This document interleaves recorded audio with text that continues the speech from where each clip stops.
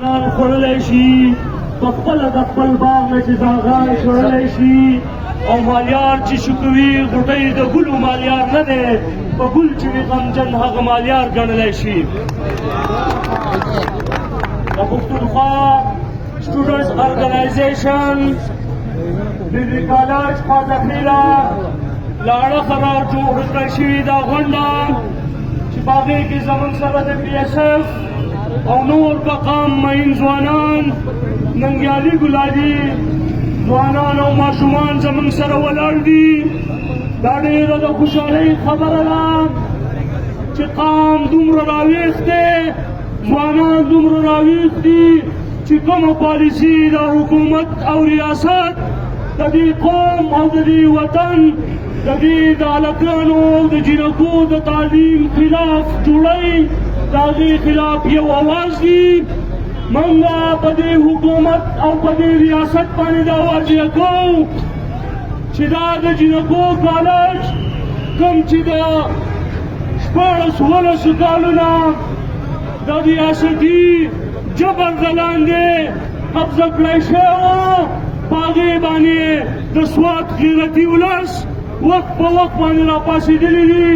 او د هغې د ازادۍ لپاره احتجاجونه کړي دي نن د جینکو کالج د جینکو لپاره خلاص کړی شوی دی نو نااهله حکمرانان د پي ټي آی نااهله حکمرانان هغه راپاڅي چې دا هلکانو کوم ډګري کالج چې دی د خوازخیلې د هغې لپاره باقاعده طور په چمتلۍ کې سیکشن 4 لګېدلی و ځمکه یې پایل شوې وه هغه سیکشن 4 چې کوم دی هغه واپس کړی شوی دی ما داسې اورېدلي دي چې په دې کې ډي سي پي 75 لاک روپۍ اخیستي دي په دغه 75 لاک روپو کې ستاسو نمایندګان کوم چې تاسو دې اسمبلیانو ته لېږلي دي هغه پکې باقاعده انوالو دي د دې لپاره زموږ دا مطالبه ده چې د دې لپاره د یو جي آی ټي مقرر شي او څوک چې په دې کې انوالو دي د هغې خلاف د کارروایي وشي او بله خبره موږ دا کوو په دې سوات کې هغه غیر ضروري پروجیکټس چې د کوم عوام خلاف دي عوام وخت په وخت د هغې مخالف احتجاجونه کوي هغې دپاره پیسې شته د هغې لپاره فنډ شته خو د سوات کې د هلکانو د ډګري کالج لپاره ځمکه نشته ریاست په هره خبره باندې زورور دی په زور سیکشن 4 یې لګوي په زور د خلکو نه ځمکې اخلي خو د تعلیم دشمنه پالیسۍ تحت د تعلیم لپاره او د کالج لپاره ځمکه نشته د دې موږ مذمت کوو او دا مطالبه کوو چې په یو ښه ځای کې چې هغه فیزیبل وي هغه د هلکانو لپاره هم اسانه وي هغه د حکومت لپاره هم اسانه وي هغه ځای کې دی ځمکه یې پیل کړي او قیمت د ټیک ټاک ورکړي په کم قیمت باندې چې ځمکې خرڅېږي د هغې مطابق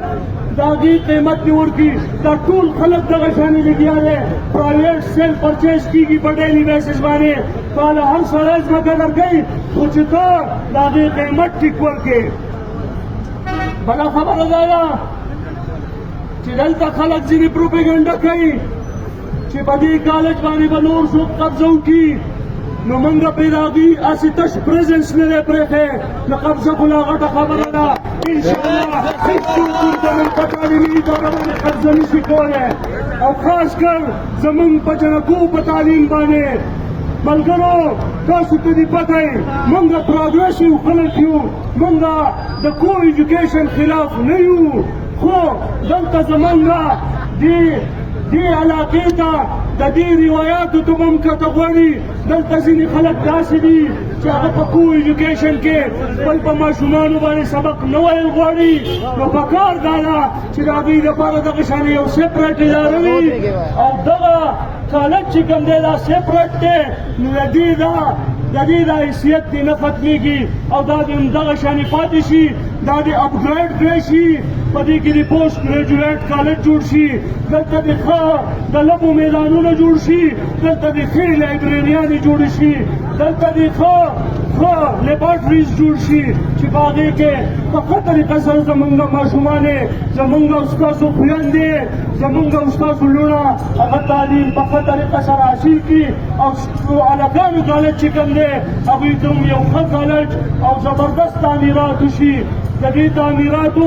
موږ نه خلاف یو او د دې لپاره زمونږ الریډي دا یو پلان و چې موږ د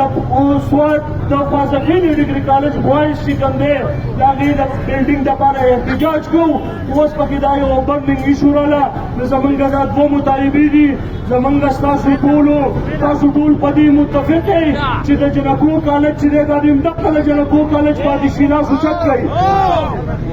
تاسو په دې باندې متفق یئ